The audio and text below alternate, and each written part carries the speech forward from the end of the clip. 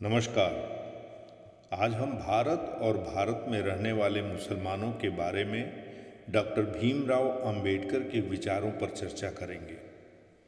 उनके ये विचार आज से लगभग 80 साल पहले प्रकाश में आ चुके थे। डॉक्टर भीमराव अंबेडकर ने 1945 में एक पुस्तक लिखी थी जिसका शीर्षक था पाकिस्तान एवं भारत का विभाजन।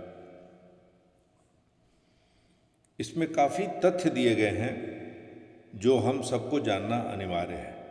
उदाहरण के लिए इस पुस्तक के पृष्ठ संख्या 297 में लिखा है कि भले ही भारत मुस्लिम शासन में ना हो, लेकिन भारत के मुसलमान भारत को दारुल हर्ब मानते हैं, अर्थात युद्ध का घर। ये इसे दारुल इस्लाम कभी नहीं मानते, यानी कि इस्लाम का घर, अर्थात जिहाद की घोषणा करना उनके लिए न्याय संगत है।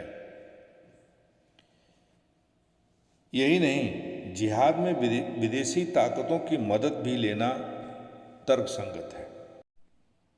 पेज संख्या 123 में लिखा है कि मुसलमानों को भारत में नहीं रहना चाहिए।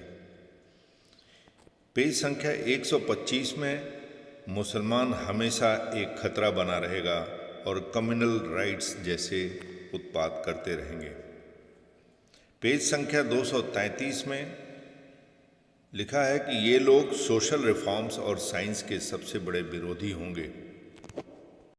पेज नंबर 335 में लिखा है कि भारत का इस्लाम बंद खिड़की की तरह है। भाईचारे में भी इनका भेदभाव बताया गया है। मुसलमानों की वफादारी देश के लिए नहीं बल्कि धर्म के लिए होती है। इसी पुस्तक के पृष्ठ संख्या 332 पर लिखा है कि ये लोग कभी भी देशभक्त नहीं हो सकते। क्या ऐसा नहीं हो सकता कि हम सब एकजुट होकर अपने भारतीयता का परिचय देते हुए भारत को एक सुदृढ़ राष्ट्र बनाएं? अंबेडकर जन्म से हिंदू थे, पर मरना हिंदू के रूप में नहीं चाहते थे। उन्होंने धर्म परिवर्तन का फैसला किया।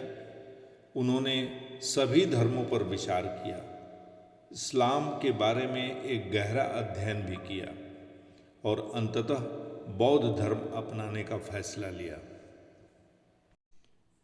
अंबेडकर जी इस्लाम धर्म के कई कुरीतियों के विरुद्ध थे। दलितों की व्यथा को दास प्रथा से जोड़ते थे। इस्लाम के दौर में दास प्रथा को रोका नहीं गया बल्कि बढ़ावा मिला।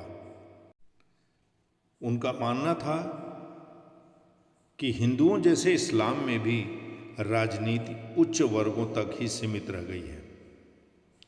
अंबेडकर इस्लाम के महिलाओं की स्थिति को लेकर भी चिंतित रहते थे। वे बहुविवाह प्रथा का विरोध करते रहते थे।